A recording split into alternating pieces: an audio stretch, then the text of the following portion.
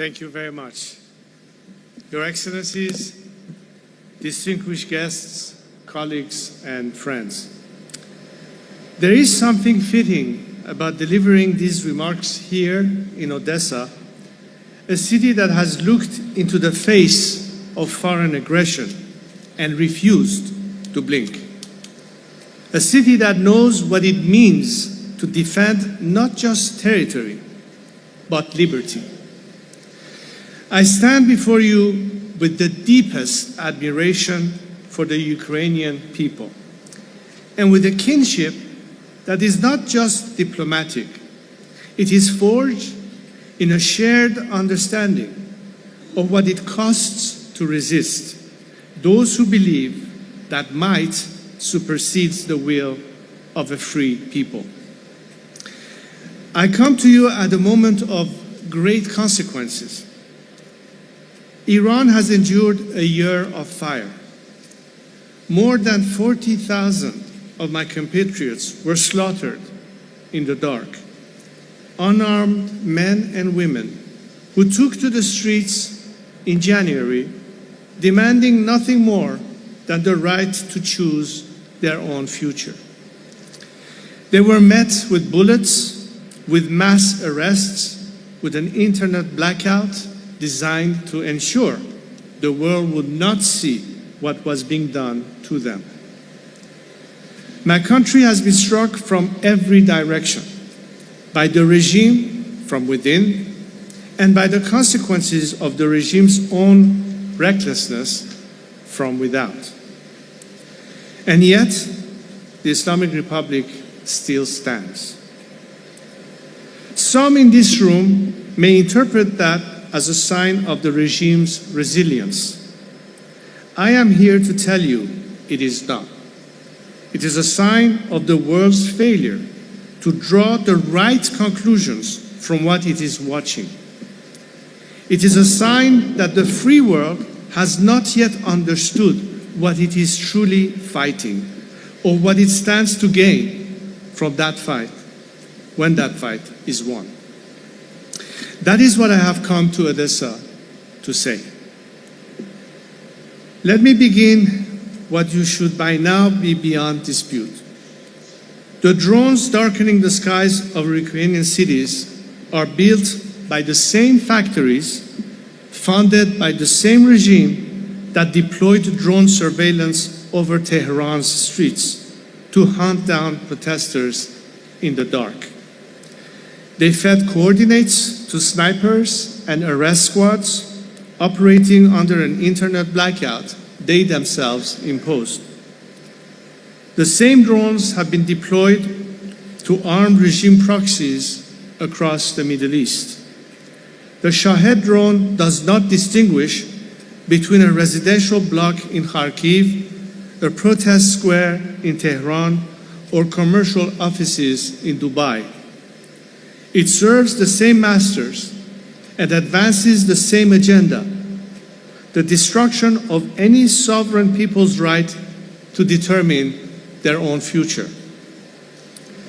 Tehran and Moscow are merely aligned. Are not merely aligned. They are not merely convenient partners of the moment.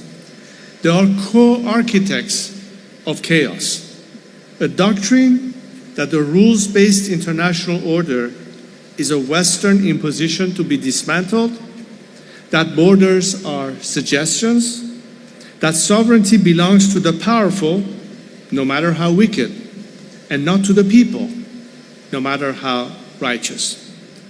That democracies are inherently weak and can be made to yield. This is not a new axis. The Islamic Republic has been waging its version of this war for 47 years against the Iranian people. First against them, then against its neighbors, then against any order that constrained it. Russia has been waging its version for decades against its own democrats, against Georgia, and jointly with the Islamic Republic against Syria and the Ukraine. What has changed is that they are no longer doing so in parallel. They are doing so together, coordinated, emboldened. They have been watching very carefully to see whether the free world will respond with the seriousness this moment demands. Make no mistake, they are watching your response to Ukraine's invasion to calculate their next move in Iran. And they are watching your response to Iran to calculate their next move here. I want to speak directly about something that has troubled me in the years I have spent engaging with governments and security establishments across the democratic world. There is a persistent temptation, understandable, human, but ultimately catastrophic and self-defeating, to seek a deal with despots, to find a way to manage them, to appease them, to sign an agreement, ease a sanction, extend a hand, in the hope that a marginal concession would purchase stability. A rabid dog knows only to bite the friendly hand. I understand the appeal. Democracies are accountable to their people. They want results. They want to come home from the negotiating table with something to show. A piece of paper that can be brandished as peace in our time. They want the conflict to be over, the threat to be contained, the problem to be solved, so they can move on, even if only for the duration of their mandate. But let me draw on 47 years of watching the Islamic Republic negotiate with the West, with its neighbors, with international bodies, and tell you what I have seen. Tehran and Moscow play the same rules. The Gromyko rule you are all too familiar with. Begin by dragging things out until your adversaries wear themselves down. Then put forward hardline demands you know they won't accept. Next, hold them responsible for the deadlock. And finally, use the delay to consolidate and improve your position on the ground. Every agreement has bought time for the regime, not for the people and not for the free world. Every sanctioned relief has funded not schools or hospitals, but the Revolutionary Guard, proxy armies, and the drone factories whose products now circle the city. Every handshake extended to its representatives was a photo op the regime used at home to prove that the world accepted it, and used abroad to prove the other rogue actors that patience and persistence in the face of international pressure yields dividends. The Iranian people who have suffered under this calculation for nearly 5 decades have a message for you. They paid the price for every deal the world made with their oppressors. They ask that you not make them pay for the next one. Patient engagement with tyrants does not produce peace. It produces better armed tyrants and more exhausted people. Never trust the world of tyrants. History has recorded this lesson repeatedly. It was true of every accommodation made with the Soviet Union that simply delayed rather than resolved the confrontation. It was true of every concession made to the Islamic Republic that simply rebuilt with maximum pressure had dismantled.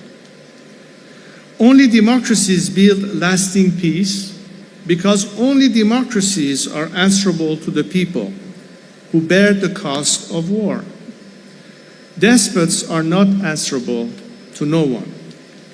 And that is precisely why no agreement with them is ever final.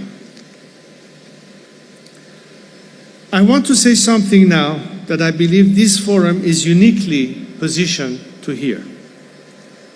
A free and democratic Iran is not merely an Iranian interest. It is one of the most consequential strategic opportunities available to the free world in this generation. Consider what changes the day the Islamic Republic falls.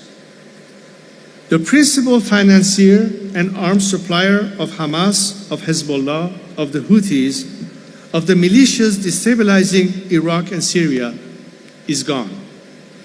The regime that has supplied Russia with the drones currently threatening this city is gone. The military nuclear program developed for coercion is terminated. The engine of Islamic extremism that has spent nearly 5 decades exporting instability across 3 continents is disassembled. The Strait of Hormuz is not used to hold the world economy hostage, but to facilitate international commerce and cooperation. And in its place, a nation of 90 million people, educated, entrepreneurial, historically moderate, and geopolitically significant, rejoins the community of nations. Iran sits at the intersection of the Caspian, the Persian Gulf, and Central Asia. A democratic Iran anchored in the free world does not merely remove a threat. It creates a peace dividend of historic proportions for Europe, for the Black Sea region, for the Middle East, and the rest of the world. Ukraine and Iran are fighting different battles on different soils, but we are fighting the same war. We are fighting for the principle that sovereignty lies with the people, that borders are not negotiable, that the international order is not merely a suggestion, that the strong do not have the right to devour the weak. A democratic Ukraine that endures is a beacon for every people subject to foreign aggression.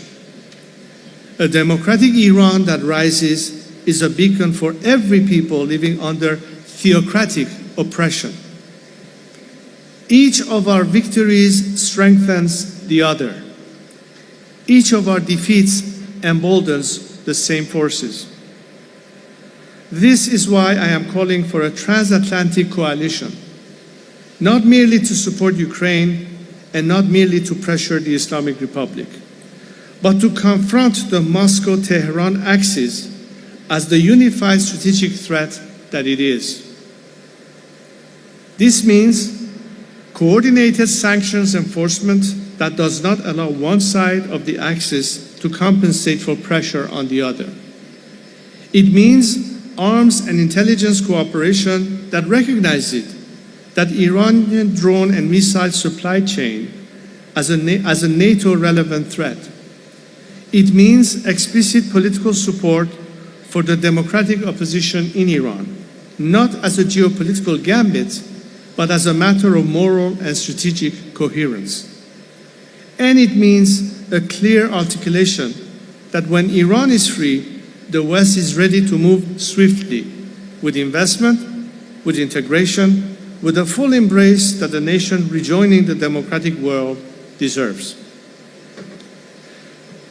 I have been asked whether I am concerned about the Islamic Republic's durability, whether the regime's continued survival should temper expectations. My answer is no. This is what I see. I see a regime that used Hezbollah operatives and Iraqi and Afghan militias to suppress its own people in January, not because it was strong, because its own security forces could no longer be fully trusted to fire on Iranian citizens. A regime that imports mercenaries to kill its own people is not demonstrating strength. It is confessing to its own collapse from within. I see a military and intelligence establishment whose outer defenses were exposed and degraded. I see an economy in which the currency has fallen from 70 reals to the dollar in 1979 to 1.7 million today. I see a generation of young Iranians, the most educated, the most connected, the most freedom-oriented generation in the country's modern history, who have decided with their lives that this regime has no future. The Islamic Republic is not stronger than it was a year ago. It is hollower. The facade is still standing, but the structure behind it is not. What is required now is not patience with the regime. It is urgency in support of the people rising against it. For this, our strategy is clear.